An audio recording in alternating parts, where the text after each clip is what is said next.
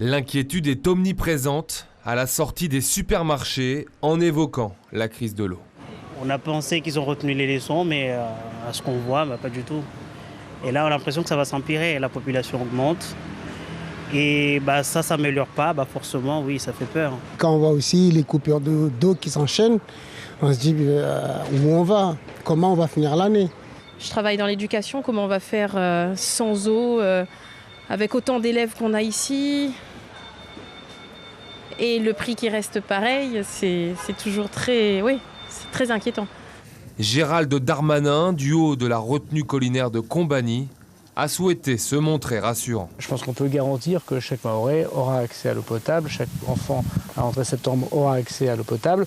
Mayotte va donc vivre avec l'eau en bouteille, importée de l'Hexagone, de la Réunion et bientôt de Maurice. Le conseil départemental a d'ailleurs suspendu l'octroi de mer.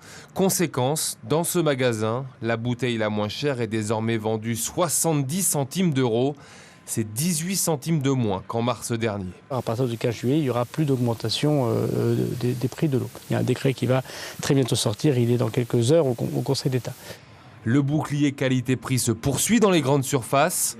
Pour le syndicat des métiers de l'hôtellerie, la mesure doit également être dissuasive pour certains commerçants. Certains qui n'ont pas beaucoup d'état d'âme à faire un business parallèle et qui vont importer très certainement massivement des bouteilles d'eau pour les revendre à côté.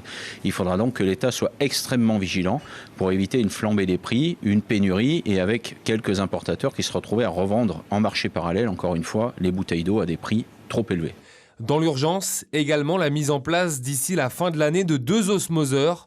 En pompant l'eau de mer, ils pourront produire jusqu'à 1400 mètres cubes d'eau par jour.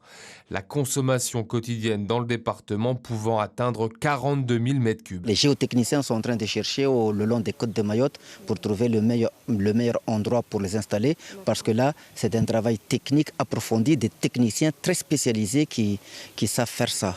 L'arrêté sécheresse en vigueur pourrait également être renforcé. On peut penser à des restrictions pour les Manzaraka ou le secteur du BTP.